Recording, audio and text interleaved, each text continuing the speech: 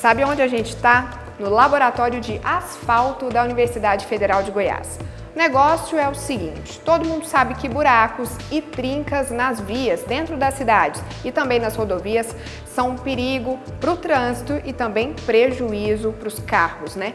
Só que isso pode diminuir agora, porque pesquisadores da Universidade Federal de Goiás e do país todo, com financiamento da Petrobras, desenvolveram uma nova forma de analisar a qualidade da pavimentação. A gente te conta todos os detalhes agora. O asfalto que a gente vê é só uma das camadas que formam a pavimentação. Problemas na hora de planejar essa estrutura podem levar a estragos na pista. Ela tem que estar preparada para resistir à movimentação de veículos, principalmente os mais pesados, e à variação de clima, sol forte, chuva.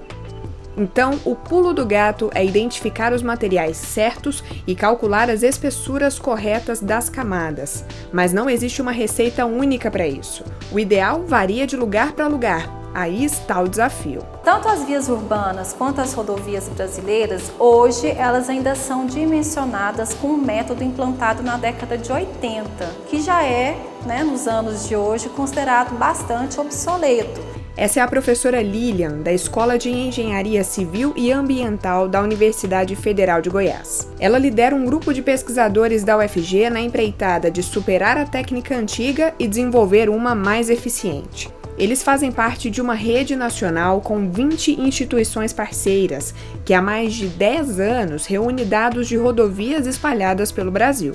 Nós acompanhamos 3 trechos em Goiás, 3 trechos monitorados que nós falamos, um na GO 230 e 2 trechos na GO 070, Um trecho bem próximo à ponte que passa sobre o Rio Uru, ali na barreira policial, e outro trecho depois do trevo que vai para Mossâmedes antes de chegar na cidade de Goiás. Então a gente acompanhou desde a execução mesmo, do início, do tratamento do solo natural, da etapa de todas as camadas, de como foi o processo de fabricação desse concreto asfáltico que viria a ser colocado por cima. E em cada etapa a gente coletava materiais para trazer aqui para o laboratório e para ensaiar esses materiais. A gente observou que a resposta, a qualidade, nesses 2 primeiros anos, que são os anos iniciais, o pavimento ainda está se adaptando às cargas, ainda é bastante positivo. Por exemplo, para a parte de asfalto, nós trabalhamos com ensaios em várias temperaturas. Tem uma análise que a gente faz, um ensaio no qual a gente varia a temperatura de 4 graus até 54 graus. A gente vasculha toda a propriedade do material.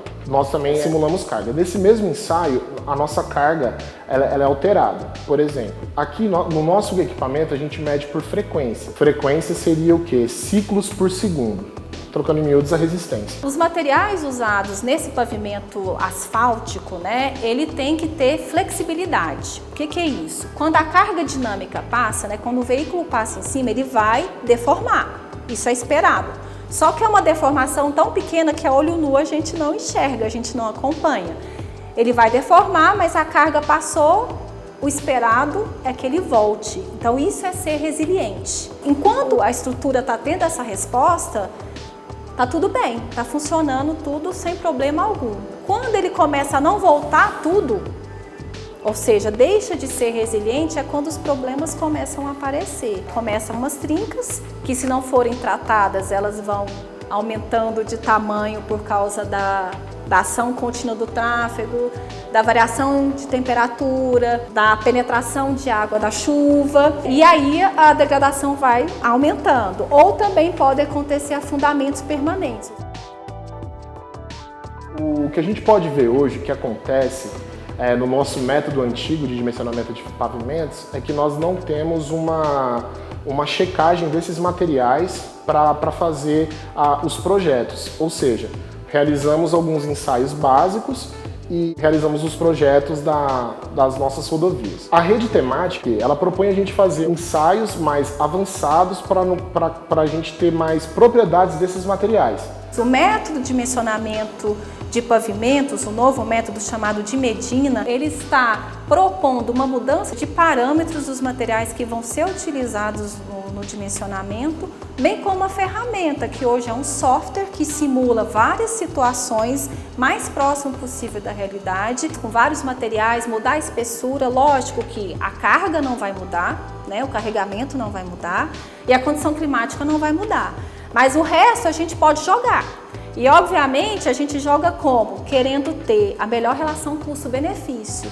Ou seja, para aquele tempo de projeto, se é um projeto para 10 anos, eu vou selecionar os materiais, eu vou selecionar quantas camadas, eu vou escolher, né, dimensionar a espessura de cada camada e qual é a durabilidade disso. Vamos supor que eu escolha uma configuração e que com 5 anos o software já esteja me mostrando uma previsão de muitas trincas e muitos afundamentos, ou seja, essa configuração que eu testei não está boa, porque 5 anos é pouco. Se eu estou pensando num projeto de 10 anos e com 5 já começou a aparecer defeitos considerados graves, está errado. Eu tenho que vir mudar alguma coisa. Eu vou mudar, vou tentar selecionar materiais melhores, que dão resistência ou desempenho melhor, ou eu vou pôr mais camadas, ou vou aumentar a espessura das camadas. E isso aí, então, é um jogo que o projetista vai brincando até achar a melhor relação custo-benefício. No próprio software ele pode simular várias situações e depois apresentar para o cliente aquela que ele acha que é a melhor.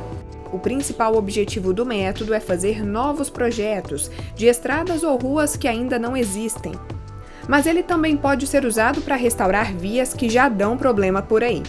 A professora conta que algumas empresas começaram a usar a novidade, mas que o novo método ainda não é uma regra ou padrão que deve ser seguido nas análises de pavimento do país. A gente já considera que ele está calibrado. Lógico que com o tempo, quanto mais estudos a gente for fazer, mais dados a gente tiver, melhor, né? Mas hoje ele já foi colocado aí, ele já está disponível para ser acessado no site do DENIT de forma gratuita, porque a gente já tem essa segurança de dispor ele para os projetistas. Em nota, o DENIT, Departamento Nacional de Infraestrutura de Transportes, informou que o novo método Medina está em fase de testes em parceria com a Coordenação Geral de Projetos e Instituto de Pesquisas Rodoviárias, para que o novo método traga benefícios efetivos esperados pelo próprio DENIT e pelo Brasil.